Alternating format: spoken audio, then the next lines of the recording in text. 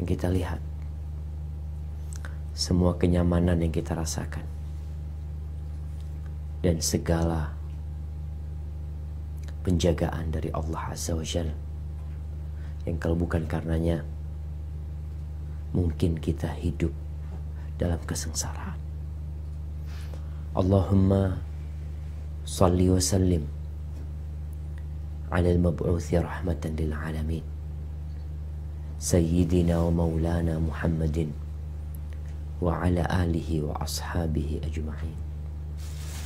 Ya Allah, semoga salawat dan salam, rahmat dan berkah senantiasa Engkau curahkan untuk hamba kekasih-Mu, untuk baginda Nabi kita Muhammad alaihi salatu wassalam, untuk keluarga beliau, untuk istri-istri beliau, untuk putra-putri beliau, dan untuk seluruh sahabat Nabi. Semoga Allah meridai kita bersama mereka. Amma ba'd. Ahibati fillah, kita masih akan mengkaji tentang bagaimana perintah agama dalam bersosial, dalam kehidupan bertetangga, apalagi di masa yang seperti sekarang ini, di masa di mana sebagian kota harus lockdown, sebagian pekerja harus kerja di rumah. Apa yang harus dilakukan?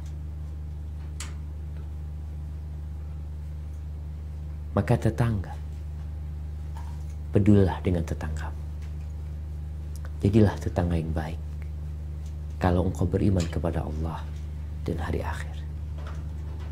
Kita telah menyimak bagaimana Rasulullah sallallahu alaihi wasallam bersabda, "Ma zala Jibril yusini bil jar hatta dhanantu annahu sayuwarrithu."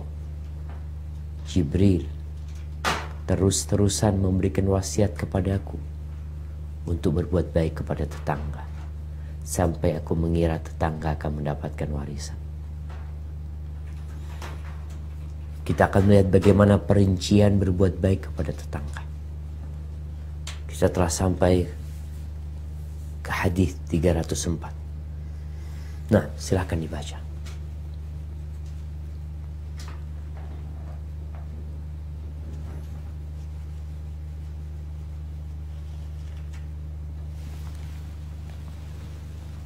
Bismillahirrahmanirrahim. Hadis nomor 304. Wa an Abi Dzarrin radhiyallahu anhu qala qala Rasulullah sallallahu alaihi wasallam, ya Aba Dzarrin, idza tabakhta maraqah fa'akthir ma'aha wa ta'ahad jiranak. Rawahu Muslim.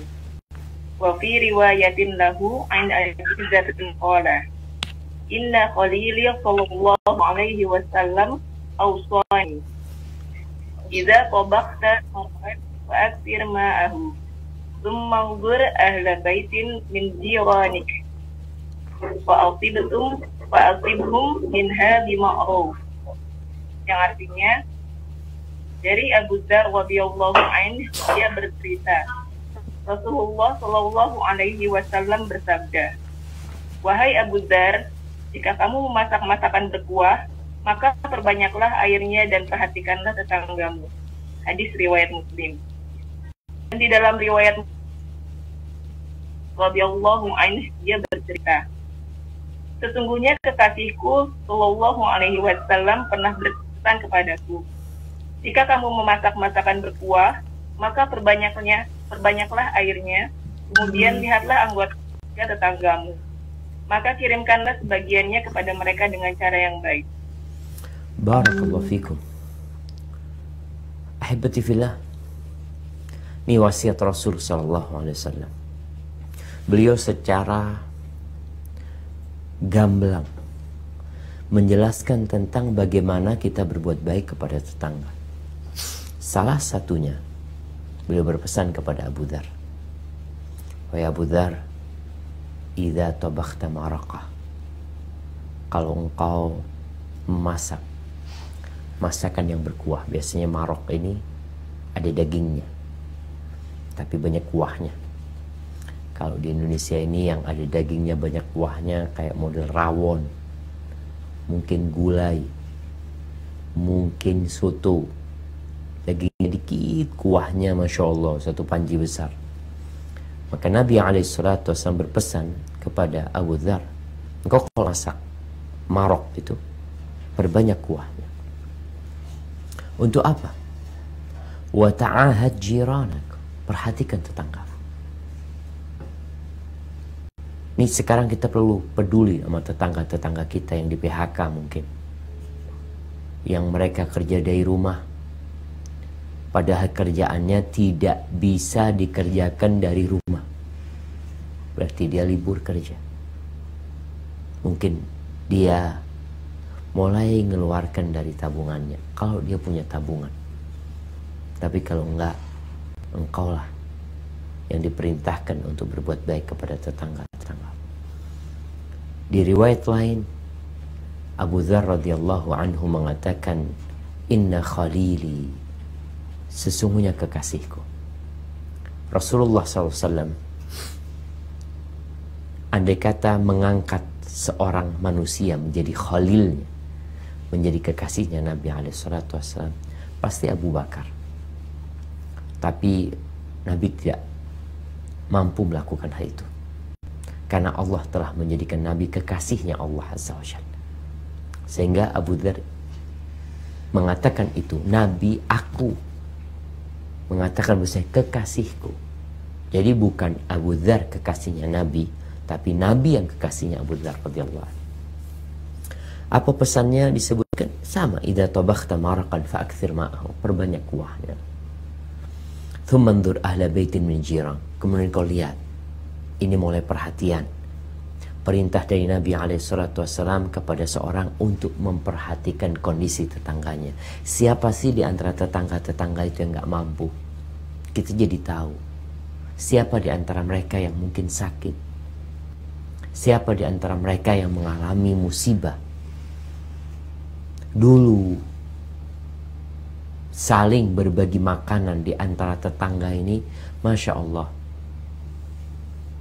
sangat banyak menjadi tradisi yang sudah terwarisi dulu. Sampai orang kalau punya sumur, kadang-kala sumurnya tuh dibagi dua.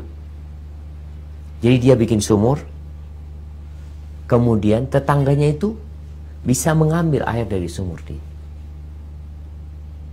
Itu dahulu. Mereka saling berbagi makanan.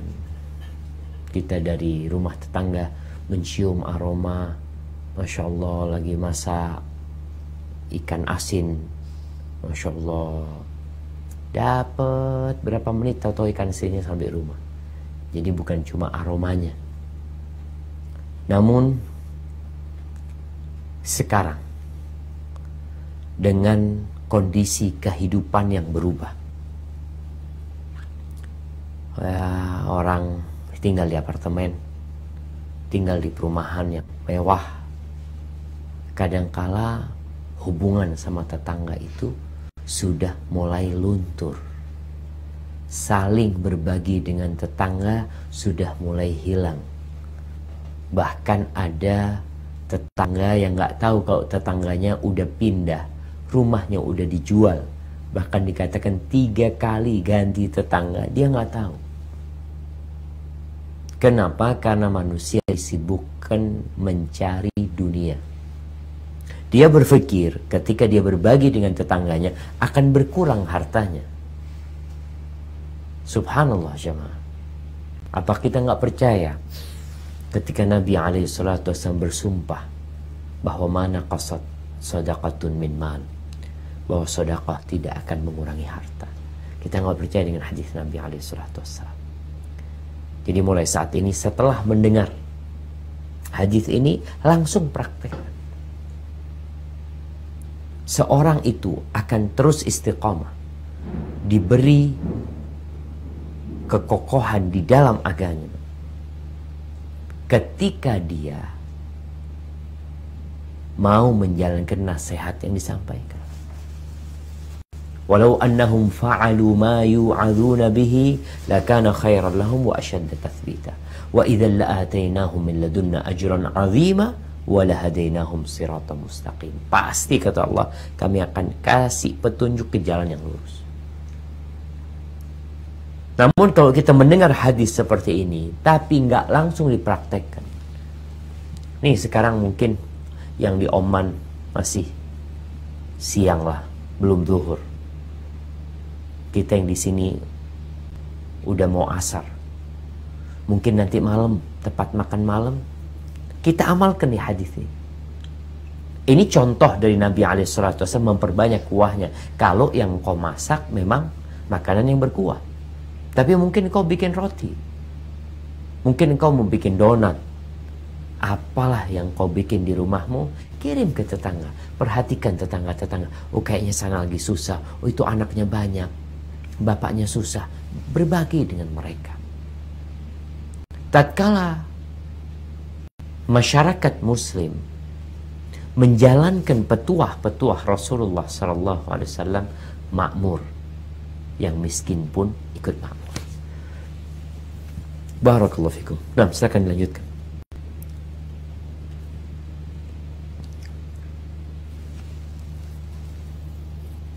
Hadis 305. Wa'an Abi Hurairah radhiyallahu anhu anna Nabiy sallallahu alaihi wasallam qala wallahi la yu'min wallahi la yu'minu wallahi la yu'minu ila man ya Rasulullah qala allazi la ya'manu jaruhu bawa'iqah muttafaq alaih. Wa fi riwayatin Muslim la yadkhulul jannata man la ya'manu jaruhu bawa'iqahu.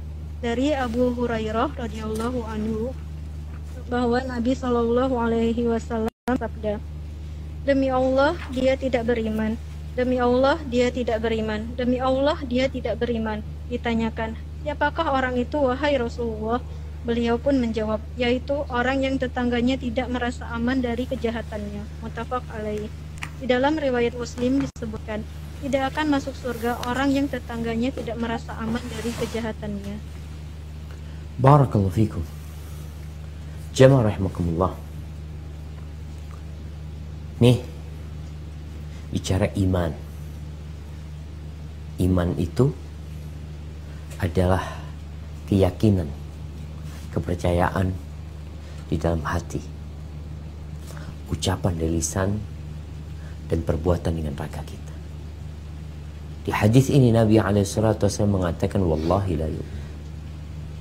Demi Allah, tidak beriman tuh orang. 3 kali beliau bersumpah menafikan keimanan orang itu. Maka para sahabat bertanya, siapa ya Rasulullah yang dikatakan la yu'min, la yu'min, la yu'min? 3 kali katakan nggak beriman, nggak beriman, nggak beriman. Kata beliau, alladzi la ya'manu jaruhu bawa'iqahu. Siapa yang dikatakan tidak beriman? Padahal dia sholat, padahal dia puasa, tapi gara-gara dia menyebabkan tetangganya tidak merasa aman dari keberadaan dia, maka dikatakan dia nggak beriman, nggak sempurna keimanan orang itu. Akmalul mu'minina imanan ahsanuhum khuluqan. Orang mukmin yang paling sempurna keimanannya adalah yang paling baik akhlaknya. Nih akhlak sama tetangga gimana engkau? Mungkin punya pohon yang daunnya sampai ke tempat tetangganya. Tetangganya bersihin selalu. Tapi buahnya dia petik, nggak dikasih tetangganya. Ada yang mungkin mengganggu tetangganya dengan aroma yang tidak nyaman yang keluar dari rumahnya. Apapun yang menyakiti dan mengganggu tetangga kita, kita harus hindarkan mereka dari gangguan tersebut. Tetangga ini juga masalah. Kita piara ayam.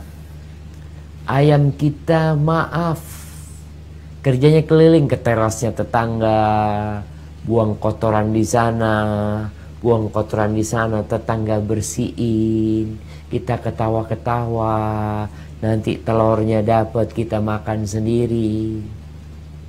Seharusnya engkau minta maaf sama tetangga, bersihkan kotoran tersebut. Dijaga. Bila engkau memiliki hewan ternak, hewan peliharaan, jangan sampai mengganggu tetangga. Kenapa? Karena Nabi SAW benar-benar menekankan hak tetangga ini. Bahkan di riwayat lain disebutkan oleh Nabi SAW, la yadkhulul jannah, nggak masuk surga. Padahal engkau ingin masuk surga. Engkau sholat malam, tapi tetangganya terganggu dengan air got yang mungkin nggak jalan, gara-gara engkau tidak membersihkannya.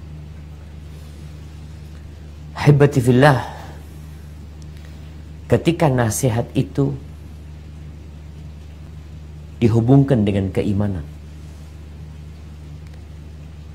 kita harus sadar bahwa motor penggerak seorang beramal itu adalah iman.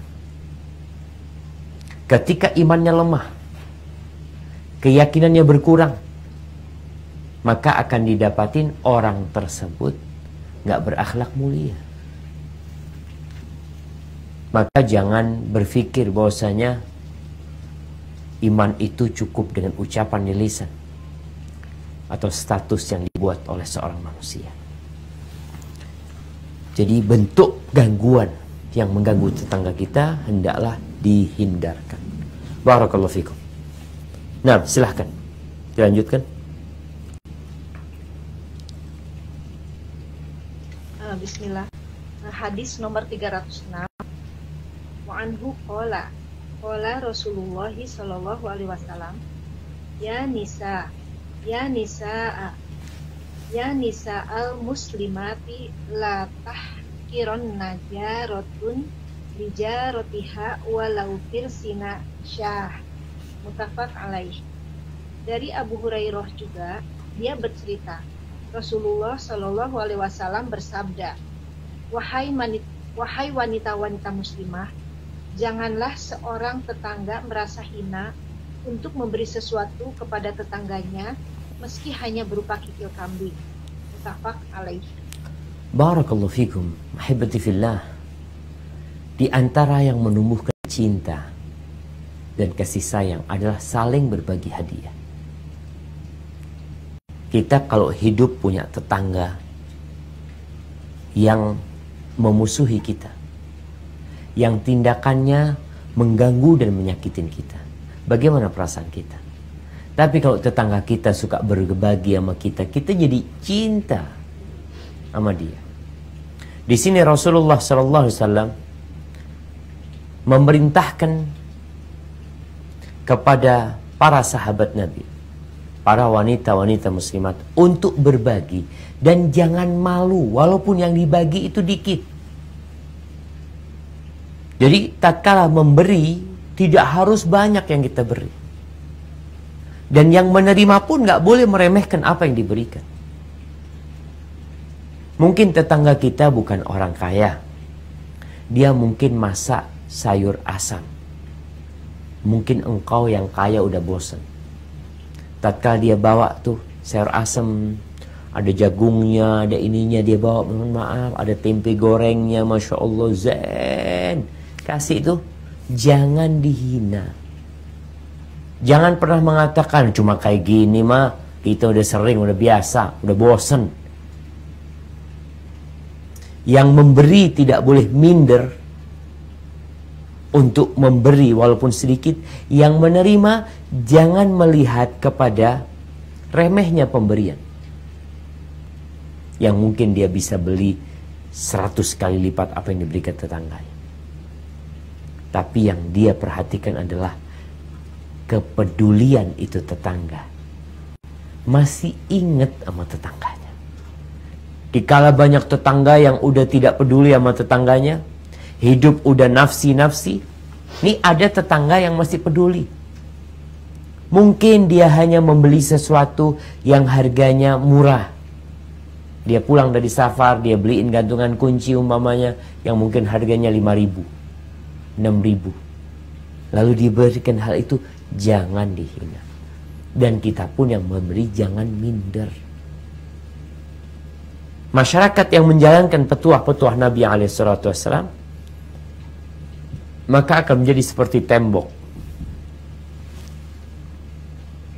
Kata Nabi SAW, al-mu'min lil-mu'min kal-bunyan. Seorang mukmin buat mukmin lainnya seperti bangunan. Yashuddu ba'duhu ba'dha. Satu sama lain saling menguatkan. Nah, ini agar engkau terus berbagi. Jangan meremehkan apa yang kau bagikan kepada orang, dan orang yang menerima jangan meremehkan apa yang diberikan orang lain. Jangan melihat kepada nilainya, tapi lihatlah kepada kepedulian dia berbagi sama kita. Barakallahu fiik. Nah, silakan lanjutkan.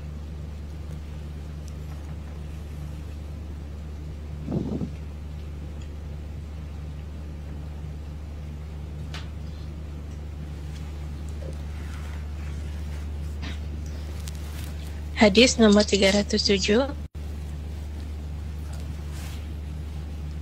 Wa anhu anna Rasulullah sallallahu alaihi wasallam qala la yamna jarun jarahu ay ya'riza khashabatan fi jidarihi. Thumma yaqulu Abu Hurairah mali arakum anha mu'ridin wallahi la armiyanna biha baina aktafikum. Muttafaq alaih.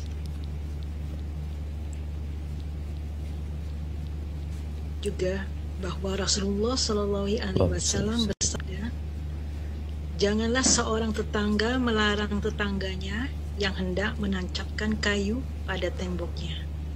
Kemudian Abu Hurairah berkata, mengapa aku melihat kalian mengabaikan hal ini? Demi Allah, aku akan memikulkannya di antara kalian. Muttafaq alaih. Baik. Barakallahu fikum. Nih, Abu Hurairah radhiyallahu taala anhu menyampaikan sabda Nabi SAW. Tatkala rumah orang itu berdempetan atau pagar. Ada orang di masa sekarang kita melihat dia bikin rumah pakai pagar, tetangganya bikin rumah tanpa pagar, cukup ikut pagarnya antum. Antum yang punya pagar tuh. Terus tetangga ini mau buat sesuatu di tanah dia, tapi temboknya antum. Boleh nggak? Boleh, jangan dilarang. Selama tidak membahayakan. Ini terjadi di masyarakat kampung. Dia pasang kayu di pagar rumah kita. Dia nggak bikin pagar, artinya pagar rumah kita dijadikan pagar rumah dia juga. Setelah itu dia pasang kayu di pagar rumah kita, dia bikin kandang, dia bikin apa, atau dia maku di tembok rumah kita, di pagar rumah kita. Boleh nggak? Di sini Nabi SAW mengatakan la, nggak boleh. Jadi terima selama tidak membahayakan. Wallahi jamaah, kenapa sih kita marah sama tetangga kita padahal yang dia lakukan tidak membahayakan kita? Tapi kalau berbahaya dengan rumah kita, akhirnya rumah kita jadi becek umpamanya, jadi lembab, maka lain lagi urusannya. Karena sesama tetangga, ana nggak boleh melarang antum memasang itu kayu, tapi antum juga nggak boleh mengganggu anak. Jadi intinya, apakah ada gangguan di sana? Ketika tidak ada gangguan, ahlan wa sahlan. Kemudian jamaah, Abu Hurairah radhiyallahu anhu mengatakan, "Mali arakum anha mu'ridin." Kenapa kalian nggak mau dengan sunnah ini? Artinya mungkin di masa Abu Hurairah orang sudah nggak mau lagi gitu. Ada kayu yang nempel di pagar rumahnya, di tembok rumahnya. Padahal selama tidak membahayakan kita nggak boleh melarang. Lalu Abu Hurairah bersumpah, wallahi la armiyanna biha baina aktafikum. Demi Allah. Artinya kalau kalian nggak mau memikul ini sunnah Nabi SAW, tidak mau menjalankannya, aku akan pikulkan, aku akan lemparkan kayu itu di antara pundak kalian. Artinya kalian nggak mau mikul, ya udah, kalian nggak mau dipikulkan di tembok rumah kalian, maka pikul kalian kayu tersebut. Jadi Abu Hurairah marah ketika melihat para murid-muridnya nggak suka dengan sunnah ini, terbebani dengan sunnah ini. Ahibati fillah, ketika Allah Azza wa Jalla mengatakan fawailul lil musallin alladzina hum an salatihim sahun alladzina hum yura'un, celakalah buat orang-orang yang salat. Siapa mereka? Mereka yang lalai salatnya, mereka yang riya, wa yamna'unal ma'un, dan mereka melarang hal-hal yang bermanfaat, yang enggak membahayakan mereka kalau dipinjam sama tetangganya. Tetangganya mau pinjam motor, tetangganya mau pinjam pisau, tetangganya mau pinjam cangkul, mau pinjam timba, jangan dilarang. Insya Allah nggak berkurang apa yang kau pinjamkan. Seperti berkaitan dengan tembok ini, ada orang pasang kayu di pagar rumah kita. Apakah kita larang? Selama tidak membahayakan, maka engkau nggak boleh melarang. Biarkan dia melakukan itu. Bahkan kalau bisa, engkau bantu ketika dia mau pasang atau mau pasang, ya Allah fadhol, pasangin sama antum. Kalau antum lihat nggak rapi, ana mohon maaf ya, tolong dibikin rapi yang sebelah sini. Jadi kalau ada orang dari rumahnya nggak ngelihat, ya nggak beraturan gitu ya, silahkan. Tapi melarang dia melakukan itu nggak boleh. Masya Allah jemaah. Ini benar-benar sebuah arahan yang mendalam sekali, yang mungkin tidak semua kebayang untuk mengamalkan hal ini. Ada tetangganya pasang paku di rumah kita, tembok rumah kita, pasang paku. Selama tidak membahayakan rumah kita, tafadhol, nggak bahaya buat kita. Dari arah situ dipasangin paku. Insya Allah setiap ada baju yang ditaruh di situ, kau akan mendapatkan pahala. Jadi matanya dibuka untuk memandang kepada akhirat, bukan hanya urusan dunia. Yang penting buat kita kan dalam rumah kita, yang berkaitan dengan kita. Yang luar rumah kita mau dimanfaatkan sama tetangga, tafadhol, alhamdulillah kalau mereka mau memanfaatkan. Nah, barakallahu fikum. Lanjutkan.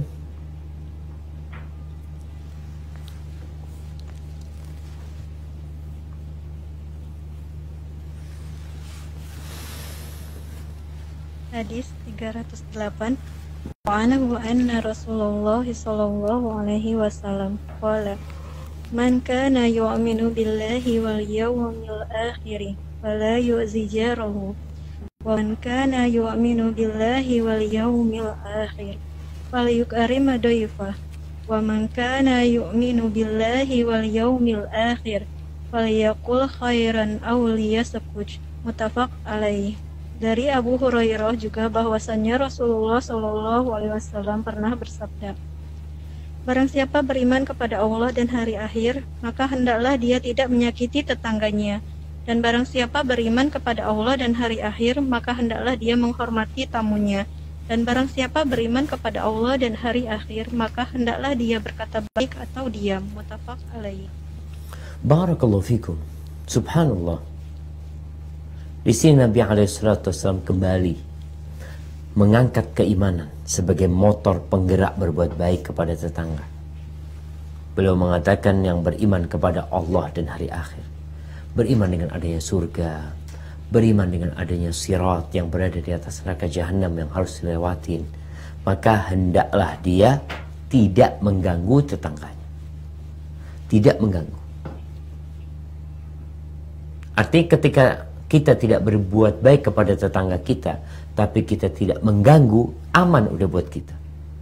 Tapi nanti di hadis selanjutnya ternyata kita diperintahkan berbuat baik kepada tetangga.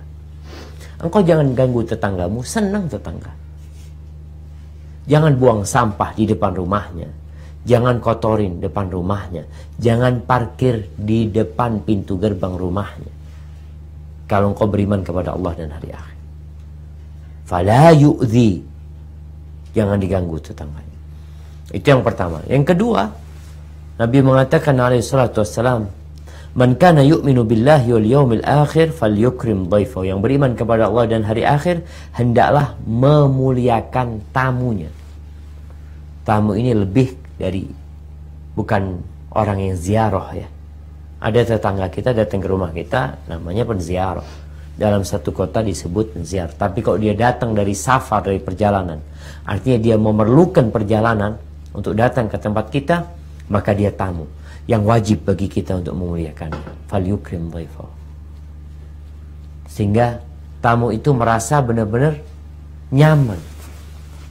Berapa banyak orang ketika ada tamunya, Masya Allah, dia mengatakan, anggap rumah sendiri, ini kamar mandinya di sini, tafadhol makan, ini itu Masya Allah. Itu sudah memuliakan. Ini hadis yang ini menyebutkan jangan mengganggu. Udah jangan diganggu. Afwan. Itu tadi berkaitan dengan tetangga. Yang berkaitan dengan tamu, hendaklah memuliakan tamu. Keluarkan isi lemari esmu. Jangan ditawarin tamu. Ini ada sebuah peribahasa Arab yang mengatakan, idza aradta an tahrim dhaifak fastashirhu. Kalau engkau ingin tidak memberi sesuatu apapun kepada tamumu, maka tawarin dia. Ini seakan-akan orang baik. Ya Allah, antum mau makan apa nih? Ada rawon, ada pecel, ada ini itu macam-macam. Biasanya tamu itu malu ketika ditawarin seperti itu. Enggak, jazakallah khair, syukron, barakallahu fikum. Udah, nggak usah repot-repot. Antum duduk sini. Jadi kalau minum pun seperti itu. Engkau mau minum apa? Aku ada susu, ada ini itu. Ketika ada tamu, nggak perlu banyak ngomong. Lakukan seperti yang dilakukan oleh Nabi Ibrahim alaihissalam. Tunggu, Anda bacakan ayatnya. Bagaimana Nabi Ibrahim alaihissalam ketika datang tamu. Allah mengatakan di surat Adz-Dzariyat. Coba dibuka Qur'annya. Surat Adz-Dzariyat ayat 24, 25, 26, 27.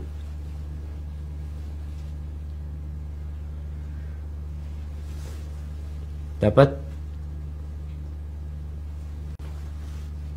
Iya. Surah Adz-Dzariyat.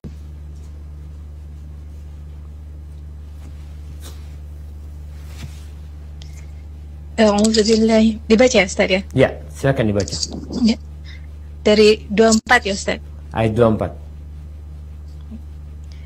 A'udzubillahi minasyaitonir rajim.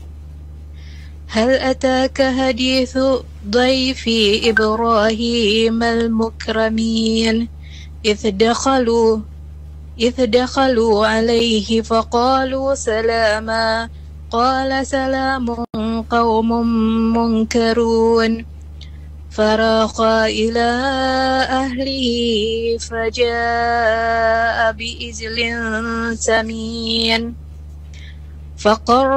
فقربه إليهم قال ألا تأكلون فأوجس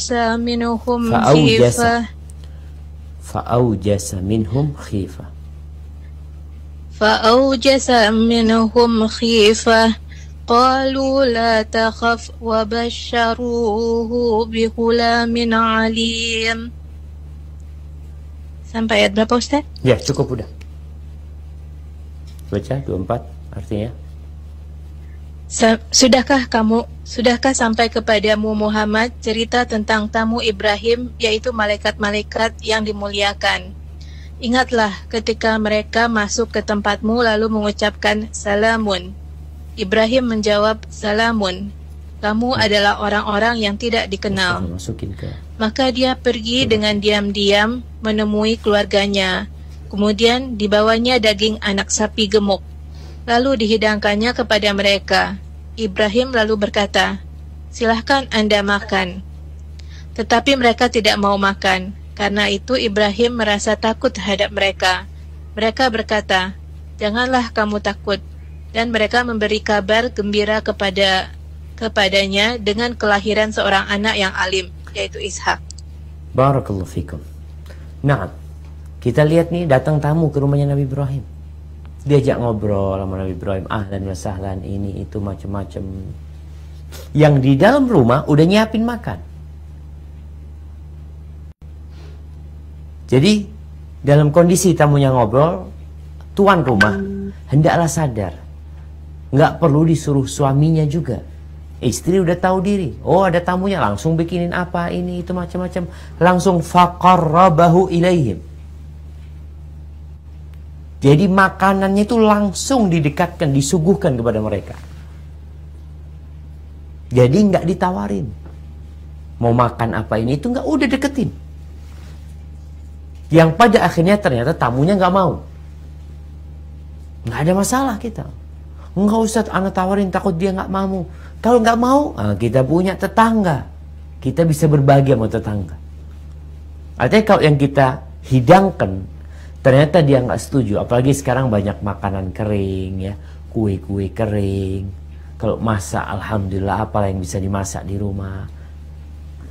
Ajak tetangga, ajak tamunya untuk makan. Perkara dia mengatakan, wah afan anak puasa, ya Allah udah dibikinin gimana nih, udah nggak ada masalah, antum yang nggak puasa makan, minum. Tamunya yang mau jaga puasanya, tafadhol, biar dia puasa. Di sini Nabi Ibrahim alaihissalam mengajarkan kepada kita untuk tidak bertanya kepada tamu tentang apa yang hendak dia makan. Rasulullah SAW juga seperti itu kepada tamu-tamunya. Bagaimana para sahabat Nabi ketika membawa tamunya Rasulullah SAW ke rumahnya, langsung disuguhkan sama Nabi SAW oleh Abu Talha ketika itu. Ketika Nabi SAW, Nabi Muhammad SAW, Abu Bakar Siddiq, Umar bin Khattab, mereka berkunjung ke rumahnya salah seorang Ansar. Sampai di sana nggak ketemu nih suaminya. Artinya tuan rumah yang laki nggak ada. Kata istrinya, Allah, nggak ada yang lebih mulia mendapatkan ketamuan Rasul SAW bersama Umar, bersama Abu Bakar, bersama Umar. Akhirnya disuruh duduk istirahat. Ditanya, mana suamimu? Lagi cari air. Dapat berapa waktu, suaminya datang bawa air. Bahagia suaminya ngelihat Rasul SAW bersama Abu Bakar, bersama Umar. Dia langsung metik kurma. Dipotong kurma itu dengan dahannya, sehingga bisa milih Nabi SAW. Di situ sudah ada yang jadi kurma, ada yang udah hampir matang, ada yang masih mentah, disuruh milih. Nggak ditanyain mau yang mana, dipotongin, ditaruh. Terus nggak ngomong-ngomong, dia ambil pisau, dia mau potong kambing. Ketika dia berangkat, Nabi melihat alaihissalam, dia sedang membawa pisaunya untuk menyembelih. Apa kata Rasulullah SAW? Iyyaka wal halub. Hati-hati kalau memotong, jangan dipotong yang mengeluarkan susu. Artinya dikasih arahan. Jadi ketika ada tamu, ada orang yang datang, nggak perlu ditawarin, disuguhin. Nggak mau, ada tetangga. Makanya di hadis yang selanjutnya, atau yang di sebelumnya, yang selanjutnya nanti 309, disebutkan agar kita berbuat baik kepada tetangga. Masih di hadis 308, di akhir hadis ini Nabi SAW mengatakan, man kana yu'minu billahi wal yawmil akhir, barang siapa yang beriman kepada Allah dan hari akhir, tetap keimanan yang menjadi motor penggerak orang beramal. Falyaqul khairan aw liyaskut, hendaklah dia berucap yang baik atau diam. Dalam kehidupan pertemanan, dalam kehidupan di kantor tempat kerja kita, di keluarga kita, di masyarakat dunia, hendaklah engkau memilih kata-kata yang indah ketika berbicara. Falyaqul khairan aw liyasmut. Kalau engkau nggak mampu, nggak bisa, aku ini kalau ngomong kasar, kalau ngomong suka nyakitin hati, diam. Ada orang yang seperti itu. Maka diam buat dia nikmat daripada berbicara kemudian maksiat. Barakallahu fikum. Baik, di hadis yang selanjutnya 309. Bismillah. Wa an Abi Syuraihil Huzai radhiyallahu anhu anna Nabiyya sallallahu alaihi wasallam qala man kana yu'minu billahi wal yawmil akhir falyuhsin ila jarih wa man kana yu'minu billahi wal yawmil akhir falyukrim dhaifahu wa man kana yu'minu billahi wal yawmil akhir falyaqul khairan aw liyaskut. Wa rawahul Muslim bihadal lafaz warawi Bukhari Rawah Muslim warawal Bukhari ba'dahu. Mungkin ada yang salah tulis ini. Ya.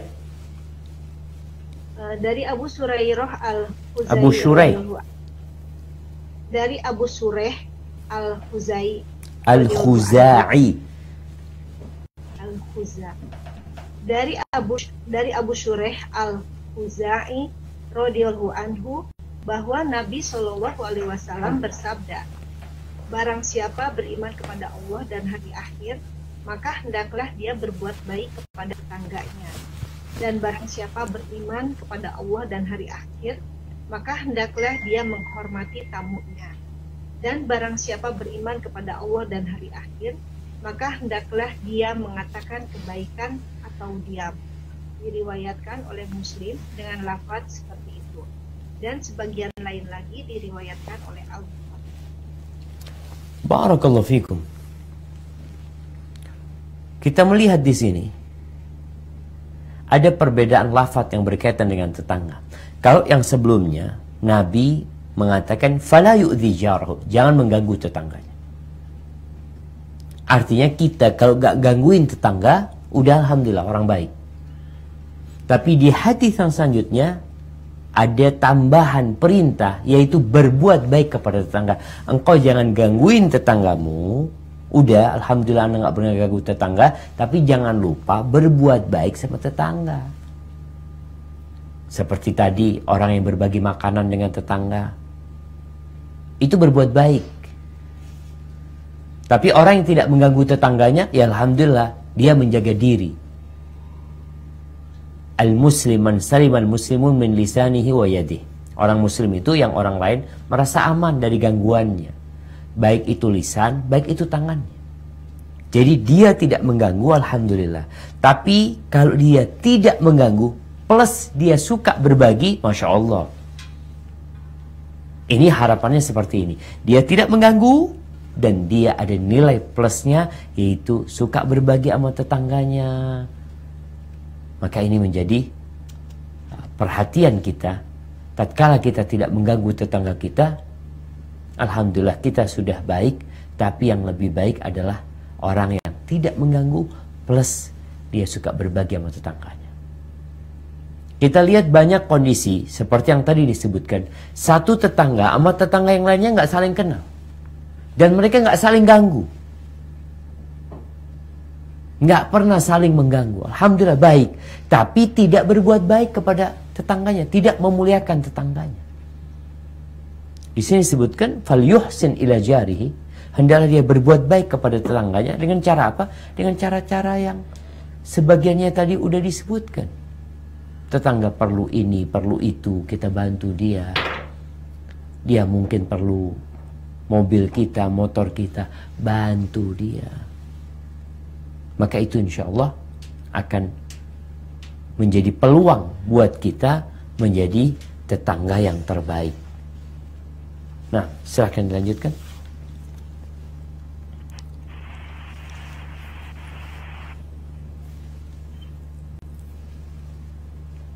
Bismillahirrahmanirrahim. Hadis nomor 30. وعن عائشة رضي الله عنها قالت قلت يا رسول الله إن لي جارا فإلى إمامتي قال إلى أقرب إمام بابا.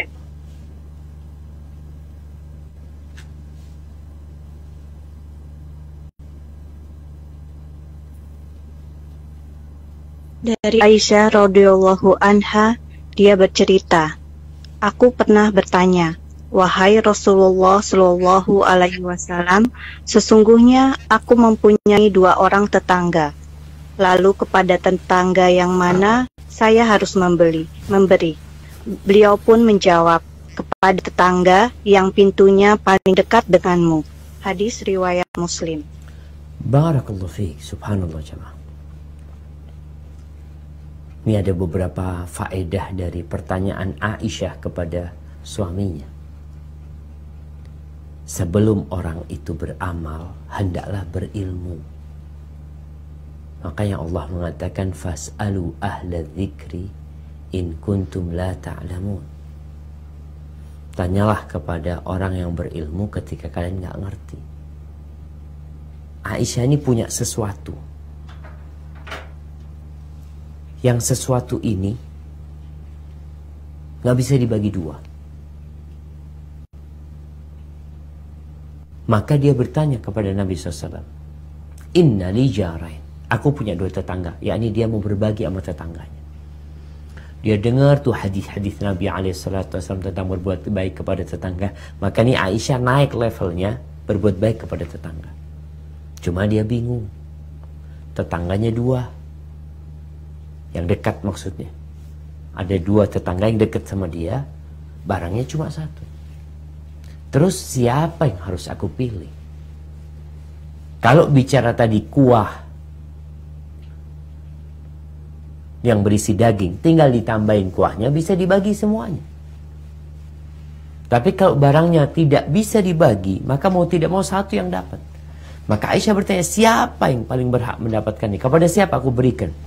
Ila aqrabihima min kibaban.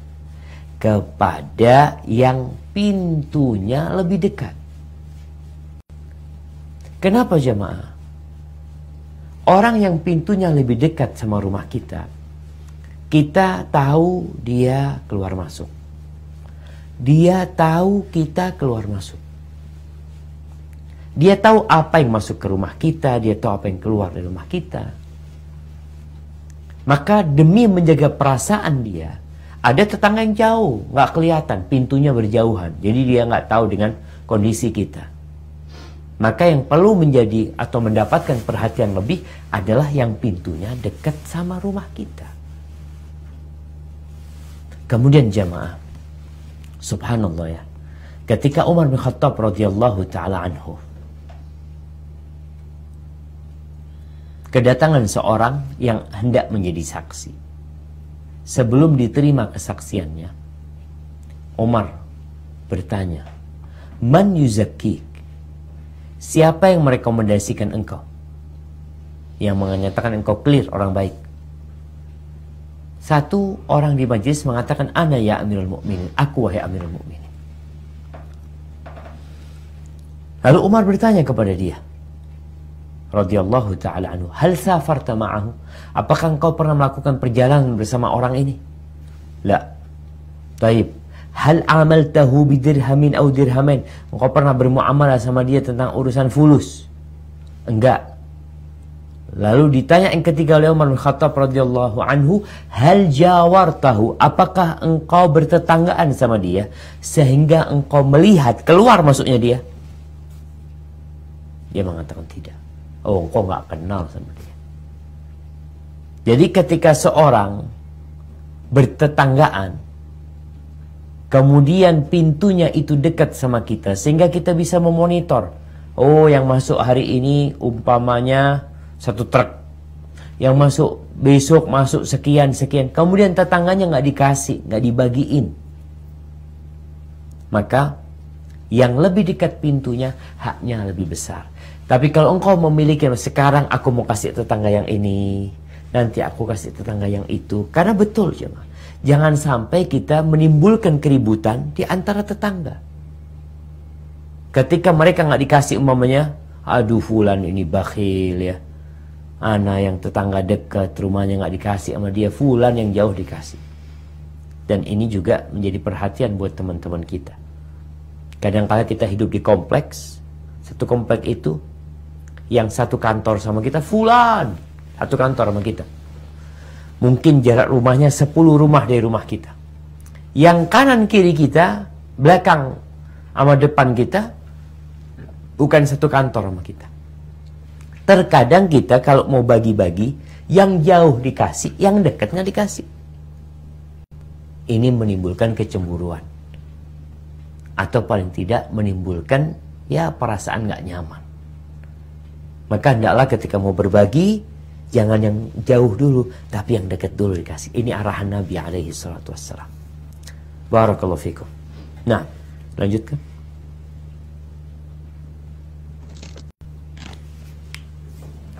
Nomor 311. Wa an Abdillah bin Umar radhiyallahu anhuma qala Rasulullah sallallahu alaihi wasallam khairul ashabi indallahi ta'ala khairuhum li sahibihi wa khairul jirani indallahi ta'ala khairuhum li jarihi wa rawahu Tirmizi wa qala hadisun hasan. Dari Abdullah bin Umar radhiyallahu anhuma, dia bercerita Rasulullah SAW bersabda, sahabat yang paling baik menurut Allah Azza wa Jalla adalah yang paling baik terhadap temannya, dan sebaik-baik tetangga menurut Allah Azza wa Jalla Subhanahu wa Ta'ala adalah yang paling baik terhadap tetangganya. Diriwayatkan oleh At-Tirmizi dan dia mengatakan hadis hasan. Barakallahu fikum. Subhanallah jemaah. Nih, Rasul SAW menyebutkan tentang dunia pertemanan dan dunia pertetanggaan. Kalau bicara sohib, siapa sih sohib yang paling baik? Yang paling baik sohib dalam pandangan Allah, di sisi Allah, adalah yang baik sama sohibnya. Jadi umpamanya ana berkawan dengan si Ahmad. Kadangkala ana itu lebih suka Ahmad yang ngasih ana. Ahmad peduli sama ana. Oh, Masya Allah, Masya Allah. Padahal kalau dibanding ana lebih baik ana atau Ahmad, si Ahmad yang lebih baik di sisi Allah Azza wa Jalla. Lebih banyak manfaatnya buat ana daripada ana memberikan manfaat kepada dia. Fulan mamanya si A, Masya Allah, suka ngasih nasihat ana, membimbing ana, mengarahkan ana. Ana selama ini gak pernah ngasih nasihat Fulan, gak pernah berbuat baik sama Fulan. Fulan terus yang berbuat baik sama ana. Siapa yang lebih baik di sisi Allah? Fulan. Ada orang yang kalau makan ke warung, Masya Allah, Fulan selalu mentraktir, dia yang bayarin. 5 orang nih, 1 Fulan yang suka bayarin. Siapa yang terbaik di antara 5 orang ini? Yang suka bayarin tadi, yang paling baik sama sahibnya, paling banyak manfaatnya buat orang lain. Dalam kehidupan bertetangga sama juga. Nabi SAW mengatakan, wa khairul jiran indallah ta'ala khairuhum li jarihi. Tetangga yang paling baik di sisi Allah, yang paling banyak pahalanya adalah yang paling baik buat tetangganya. Maka tanyakan kepada diri antum sekarang nih. Kita kalau mau nilai, ana ini termasuk sohib yang baik, ana termasuk tetangga yang baik, gimana caranya? Lihat, manfaat apa yang ana berikan kepada tetangga ana, bukan manfaat apa yang ana ambil dari tetangga ana. Manfaat apa yang antum berikan kepada sohib antum, bukan manfaat apa yang antum ambil dari sohib antum. Tanyakan, apa yang engkau berikan. Jangan bertanya engkau diberi apa. Ini kalau bicara menjadi orang yang terbaik di sisi Allah Azza wa Jalla. Bermanfaat buat tetangganya, nggak pernah gangguin tetangganya. Tetangganya punya urusan ini itu dia bantuin. Air di rumah tetangganya, Masya Allah, habis kita kasih. Masya Allah jemaah, ana terus terang ana punya tetangga ini baik-baik sekali, Masya Allah, jazahumullah khairan. Tetangga kita ustadz-ustadz semua. Tapi di balik rumah ana ada tetangga orang kampung. Yang di depan ustadz-ustadz baik-baik, yang di belakang orang kampung baik-baik. Kadang-kadang di rumah tuh ada tamu, nasinya nggak ada. Terus gimana? Ke rumah tetangga. Bawain nasi sama tetangga, ada lauknya bawain juga, Masya Allah. Kita berpikir kita baik sama tetangga kita, atau tetangga kita yang baik sama kita. Di mata Allah Azza wa Jal, yang paling manfaat buat tetangganya, maka yang paling manfaat buat sahibnya, itu yang paling baik. Namun ada satu hal yang ingin Anda ingatkan. Dalam hadis ini, Nabi SAW menyebutkan sahib, menyebutkan tetangga. Ada orang yang sama sahibnya itu peduli, tapi sama tetangganya tidak. Dia punya teman di sana, punya ini itu, Masya Allah peduli. Dia manfaat. Tapi sama tetangganya tidak. Kau harus baik dua-duanya. Kalau engkau baik sama sahib-sahibmu, nih ada laki-laki, ada mereka yang royal sama teman-temannya. Sama tetangganya tidak. Ada lagi yang parah. Sama temannya royal, sama tetangganya royal, sama istrinya enggak. Bakhil, pelit. Kurang manfaat. Padahal nanti, ini kalau kita lihat ya posisinya, yang baik sama sahibnya, paling manfaat, kemudian nanti baik sama tetangganya. Puncaknya, khairukum li ahli. Orang yang terbaik di antara kalian adalah yang paling baik sama istrinya, sama keluarganya. Agar jangan sampai kita berbuat baik itu ria. Kalau sama sahib mungkin ria. Sama tetangga mungkin ria. Sama istri sendiri, siapa yang ngelihat antum berbuat baik sama istri? Antara antum sama dia, dan Allah yang mengawasin kalian. Barakallahu fikum. Mungkin kita masuk ke sesi tanya jawab, karena kita akan masuk ke bab 40. Itu bab tentang birrul walidain ya. Bab birrul walidain wasilatul arham. Bab tentang berbakti kepada orang tua dan menyambung tali silaturahim. Insyaallah mungkin kita akan lanjutkan pada pertemuan yang akan datang. Silahkan kalau ada pertanyaan.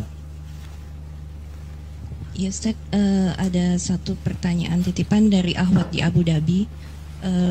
Pertanyaannya adalah, bagaimana kita tahu kalau kita atau orang yang sedang sakit sakaratul maut? Ibu saya beberapa bulan lalu stroke pendarahan sebelum operasi. Chance-nya 10%. Dan dibilang oleh dokter bedah syarafnya kemungkinan besar akan vegetatif. Setelah 1 bulan operasi memang benar akhirnya ibu saya vegetatif. Lalu terkena infeksi saat ini dan alhamdulillah terkendali.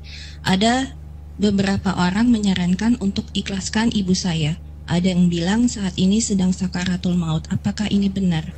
Apakah salah kami sebagai anak berusaha semaksimal mungkin? Apakah kami egois? Mungkin sebagai tambahan mengenai vegetatif Ustaz. Vegetatif itu adalah kelainan kesadaran di mana pasien dengan kerusakan otak serius berada dalam kondisi sadar secara parsial namun tidak menunjukkan persepsi dan reaksi kognitif terhadap rangsangan yang ada di sekitarnya. Demikian, semoga bisa dipahami pertanyaan Ustaz. Barakallahu fikum. Iya. Berkaitan dengan pertanyaan ini, seringkali ada pertanyaan yang mirip ya maaf. Jadi ada orang yang mungkin yang sudah koma, ada yang dikatakan batang otaknya udah mati, gimana lah, anak kurang paham. Tapi yang jelas untuk kondisi-kondisi seperti itu ditanyakan kepada dokter. Kondisinya orang ini masih bisa hidup atau tidak? Ada orang yang nggak bisa hidup, dia itu cuma dipompa aja jantungnya, dan harapan hidup nggak ada sebenarnya. Maka kalau memang tidak ada harapan hidup, dia hidup itu hanya karena ada alat-alat di dirinya. Sehingga ketika alat itu dicabut, umpamanya selesai urusan dia. Maka tatkala itu, ketika keluarga mau mengikhlaskan, nggak masalah. Tapi kalau enggak, ini bisa sembuh. Harapan sembuhnya besar dan sekarang masih dalam proses, tahapan disebutkan perkembangannya jelas, seperti ini, seperti itu.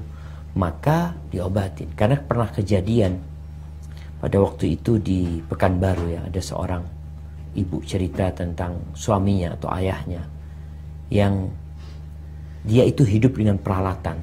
Dokternya sudah sampaikan, sehari bayar peralatannya itu 70 juta. Hanya untuk membuat dia masih berdetak jantungnya.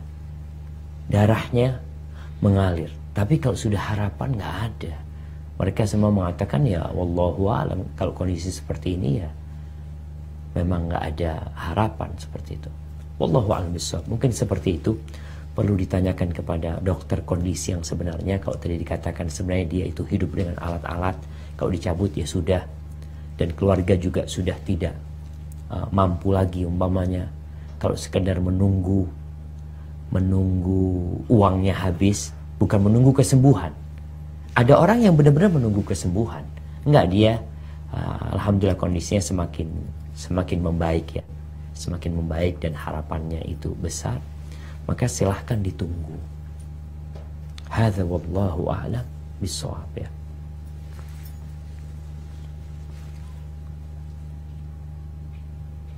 Assalamualaikum warahmatullahi wabarakatuh. Waalaikumsalam warahmatullahi wabarakatuh. Ustaz Barakallahu Fiik. Ini ada pertanyaan. Suaranya dari dikerasin mungkin. Barakallahu Fiik Ustaz. Nah. Ini ada pertanyaan dari Umahat Sentul. Bagaimana menduga-duga dan meyakini bahwa virus corona adalah buatan manusia atau hasil rekayasa genetika, bukan natural evolution? Apakah termasuk kesyirikan? Nah. Pertanyaannya seperti Ustaz. Barakallahu fikum jamaah. Yang pertama kita tahu Allahu khaliqu kulli syai'. Allah pencipta segala sesuatu. Allah yang menciptakan. Allah juga mengatakan wallahu khalaqakum wa ma ta'malun. Allah lah yang menciptakan kalian dan apa yang kalian kerjakan. Itu ciptaan Allah Azza wa Jalla. Kalau bicara virus ini memang bisa dibuat. Umpamanya, sebagaimana obat bisa dibuat. Ketika kita katakan manusia menciptakan obat, manusia ini Ustaz, umpamanya vaksinnya dibuat oleh manusia. Iya. Dan Allah yang menciptakan manusia dan apa yang dibuat oleh manusia. Itu ciptaan Allah Azza wa Jalla. Jadi kondisi virus ini sama dengan kondisi obatnya. Sama kondisi vaksinnya. Kalau vaksin mungkin kita bisa lebih yakin lagi bahwasanya itu dibuat oleh manusia. Tapi kita tahu bahwasanya Allah yang menciptakan manusia dan apa yang dibuat oleh manusia itu ciptaan Allah Azza wa Jalla. Sehingga ketika manusia ini membuat vaksin, dia ambil serum, dimasukkan ke darah ini, dibikin. Manusia yang bikin. Tapi Allah yang menciptakan dia dan apa yang dia kerjakan. Begitu pula dengan virus ini. Mungkin dia mengatakan virus ini dibuat, mungkin ada yang buat. Tapi Allah yang menciptakannya. Jadi, kalaupun ada yang meyakini itu buatan manusia, kemudian hasilnya itu seperti ini, menjadi barang hidup sejatinya Allah Azza wa Jalla yang menciptakan. Apa sih yang dibuat oleh manusia yang murni hasil kerja dia? Semua yang dia buat adalah dari ciptaan Allah Azza wa Jalla. Kalau ada orang mengatakan, nih roti, ana yang buat roti. Masya Allah. Nah, Allah yang menciptakanmu dan yang menciptakan roti tersebut. Dan terbukti. Dari mana engkau dapat itu tepung? Dari gandum. Siapa yang menumbuhkan gandum? Petani? Enggak. Petani cuma naruk. Siapa yang menumbuhkan? Allah Azza wa Jalla. Jadi kita harus yakin bahwasanya Allahu khaliqu kulli syai'. Allah pencipta segala sesuatu. Apapun yang kita kerjakan itu adalah ciptaan Allah Azza wa Jalla.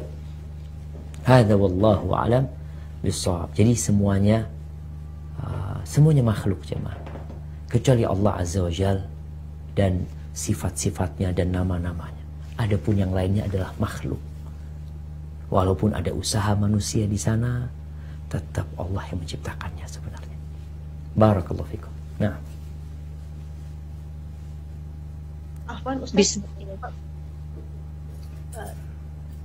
Bismillah. Assalamualaikum warahmatullahi wabarakatuh. Waalaikumsalam warahmatullahi wabarakatuh. Jazakallah khair atas kesempatannya. Izin bertanya, ada titipan pertanyaan. Jika rumah di perumahan padat ada mobil sembarang parkir setiap hari, bahkan sudah seperti gerbangnya sendiri. Lalu sebagai muslim bagaimana adab menegurnya? Izin yang kedua adalah teman saya mengadakan sedekah Jumat setiap Jumat kepada musola dan orang-orang pinggir jalan, misalnya tukang beca. Apakah dengan adanya virus ini tetap dilanjutkan atau baiknya dihentikan? Jazakallahu khair wa barakallahu fiik. Masyaallah. Baik, barakallahu fikum. Ya, berkaitan dengan dua pertanyaan ini. Yang pertama tentang kehidupan bertetangga. Ini jamaah, di Indonesia sebenarnya di beberapa kota itu punya aturan bahwasanya orang nggak boleh beli mobil kecuali dia punya parkir, dia punya garasi. Kalau nggak salah di Jepang juga ya, waktu anak ke Jepang, anak lihat orang Jepang kok jarang yang punya mobil karena transportasi umum di situ mudah. Itu mungkin salah satu sebab. Tapi ternyata sebabnya juga orang kalau mau beli mobil itu istilahnya di visit dulu ya, dikunjungin dulu rumahnya, mobilnya mau ditaruh di mana, engkau punya tempat buat mobilnya apa enggak, sehingga nggak punya garasi nggak bisa beli mobil karena engkau akan mengganggu orang. Jadi kalau dikatakan tadi parkir di jalan yang itu mengganggu orang, ada jalan yang besar, ketika parkir di sana tidak mengganggu, maka nggak ada masalah. Tapi kalau ternyata jalannya udah sempit, kecil, membuat susah orang untuk berpapasan, maka itu sangat mengganggu sekali. Terus bagaimana sekarang? Ini bukan cuma tetangga, kadangkala yang terganggu orang banyak. Bagaimana adab menegurnya? Ya alhamdulillah, kita diperintahkan untuk watawasau bil haq watawasau bis sabr. Mungkin kalau kita ngomong langsung akan bermasalah, bisa lewat Pak RT, bisa lewat orang yang bertanggung jawab di sana, sampaikan Pak RT, kami mohon Pak RT untuk memberikan nasihat kepada fulan karena warga terganggu. Itu nggak masalah. Dan selain kita menegur dia, mungkin kita juga mendoakan dia, semoga dia dapat hidayah. Karena memang ada tetangga-tetangga yang buruk. Makanya kata Nabi SAW dikatakan la yu'min, wallahi la yu'min, gak beriman dia. Tetangganya terganggu sama mobil dia itu, tapi dia merasa nyaman aja. Karena dia merasa nggak ada, kan cuma aneh punya mobil di sini umpamanya. Tapi ganggu yang lainnya, ngambil jalannya orang banyak gitu loh. Hadza wallahu a'lam bishawab. Adapun pertanyaan kedua berkaitan dengan sedekah tiap Jumat yang biasa diberikan di musola atau di tempat-tempat kumpulnya orang. Ana rasa kondisi corona sekarang ini, lihat tempatnya. Sekarang ini kita harus lebih banyak sodakoh. Mungkin kalau tidak mau sodakoh makanan, bisa sodakohnya diberubah jadi beras umpamanya, biar mereka yang masak. Musolanya kalau ternyata musolanya masjidnya tutup, set nggak ada Jumatan, ya udah, orangnya kan tetap ada yang bisa kita kasih sodakoh, kita sodokain di sana. Intinya ketika pemerintah memberikan himbauan untuk tidak kumpul-kumpul ya, untuk apa istilahnya, physical distancing, untuk jaga jarak, ketika kita hendak melakukan sesuatu, maka kita perlu pertimbangkan hal itu. Tapi kalau enggak Ustaz, aman Ustaz, alhamdulillah. Ketika Ana berbagi sama orang-orang, Ana udah atur mereka tempatnya, umpamanya tidak ada penumpukan orang, jaraknya jauh-jauh ya, sesuai dengan aturan pemerintah, maka silahkan, nggak ada masalah, tetap sodakoh. Kalau enggak, ya sodakohnya dirubah, tidak jadi makanan matang masak, tapi beras umpamanya, atau telur atau minyak yang dibagikan kepada mereka. Hadza wallahu a'lam bishawab. Nah,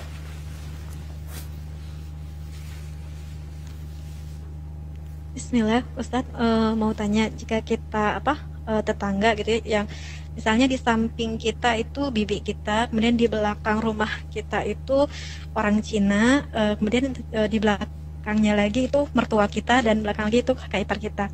Nah, saat kita misalnya masak atau punya makanan, itu kita lebih sering ngasih ke mertua kita dan kakak ipar kita. Sedangkan yang dekat tadi, bibi dengan yang tetangga orang Cina tadi itu jarang kita kasih. Apakah sebaiknya memang, karena mungkin makanan ini tadi kan kurang kalau misalnya dibagi ke semuanya, apakah sebaiknya sesekali ke yang lebih dekat, kayak misalnya ke bibi tadi sama yang orang Cina itu juga, tapi mertua kita nggak dapat, orang tua kita tadi nggak dapat, itu boleh apa enggak? Nah, kemudian yang keduanya yang tetangga yang misalnya tadi ya, yang punya peliharaan ayam yang misalnya sering mengotori halaman kita atau teras kita, itu kita sudah bersih-bersih tapi akhirnya ada kotorannya lagi. Karena kita ini lebih muda daripada orang tua kita, tetangga kita tadi, apakah lebih baik kita diam saja gitu ya, sudah kita legowo aja, atau misalnya boleh kita memberitahu, tapi kita takut kalau mau ngasih tahu karena mereka lebih tua gitu daripada kita. Makasih Ustaz. Barakallahu fiik. Nah, subhanallah jemaah. Ya, berkaitan dengan ayam ini, apa nggak bisa dikasih tulisan di pagar rumah, ayam dilarang masuk gitu ya, supaya mereka nggak ganggu masuk ke halaman kita gitu. Allahu Akbar. Nah, ya, Ana dulu punya kucing ini sering ke rumahnya Ustadz, sampai ada yang sebagian Ustadz ya mengeluh itu kucingnya Ustadz Syafiq ya, masuk rumah sampai ini tumpah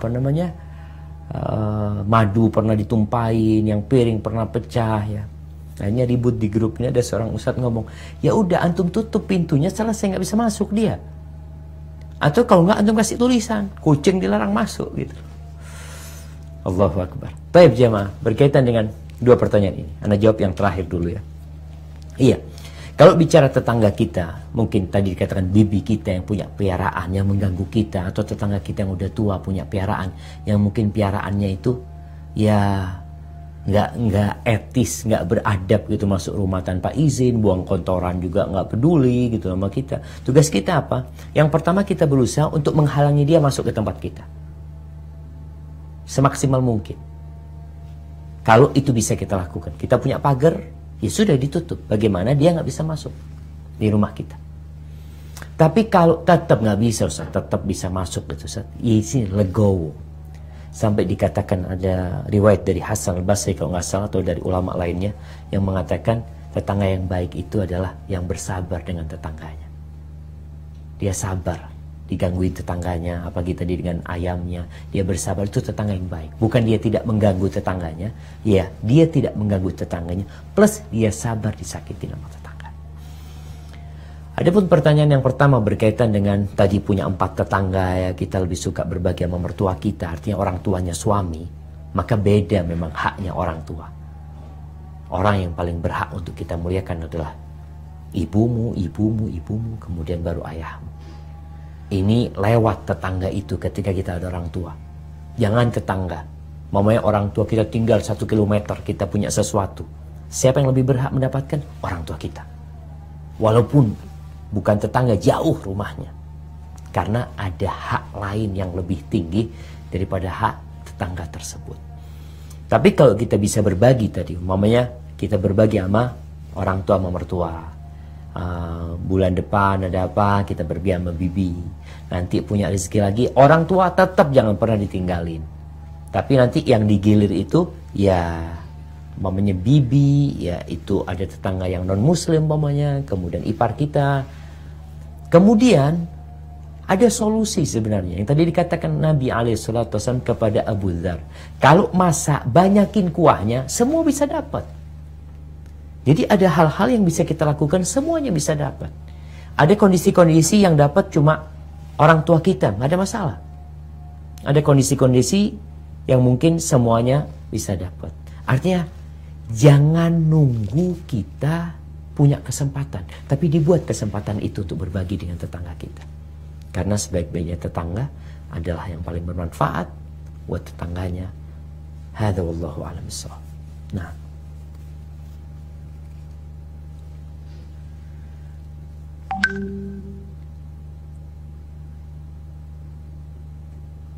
baik, pertanyaan terakhir.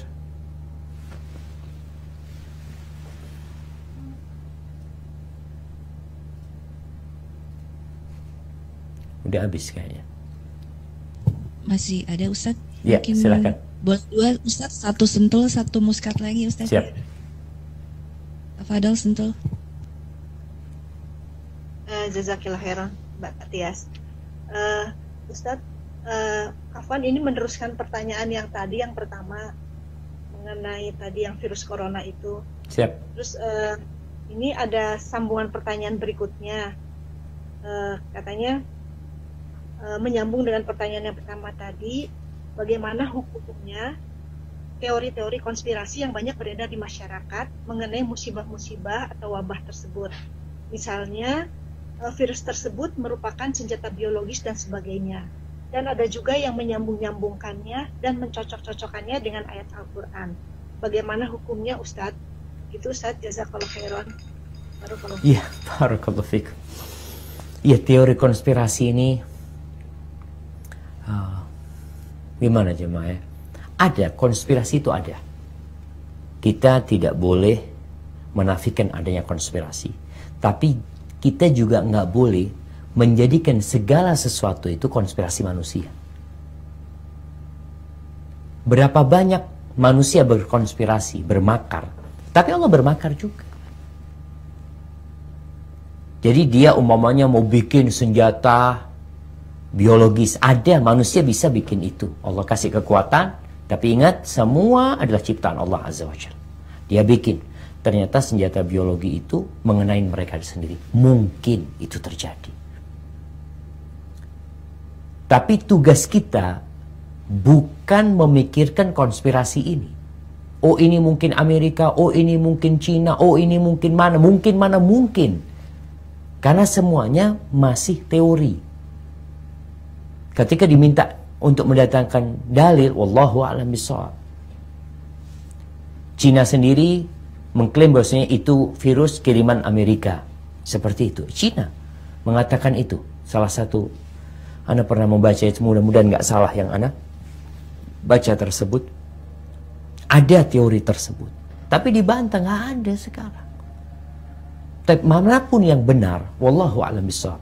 Tapi buat kita, kalau tadi dihubung-hubungkan dengan ayat Al-Quran, dihubungkan dengan hadis Nabi SAW, yang pertama kita tahu Allah menurunkan Al-Quranul Karim hudan lil muttaqin, petunjuk buat orang-orang yang bertakwa. Ada yang menghubungkan virus corona dengan firman Allah, waqarna fi buyutikunna.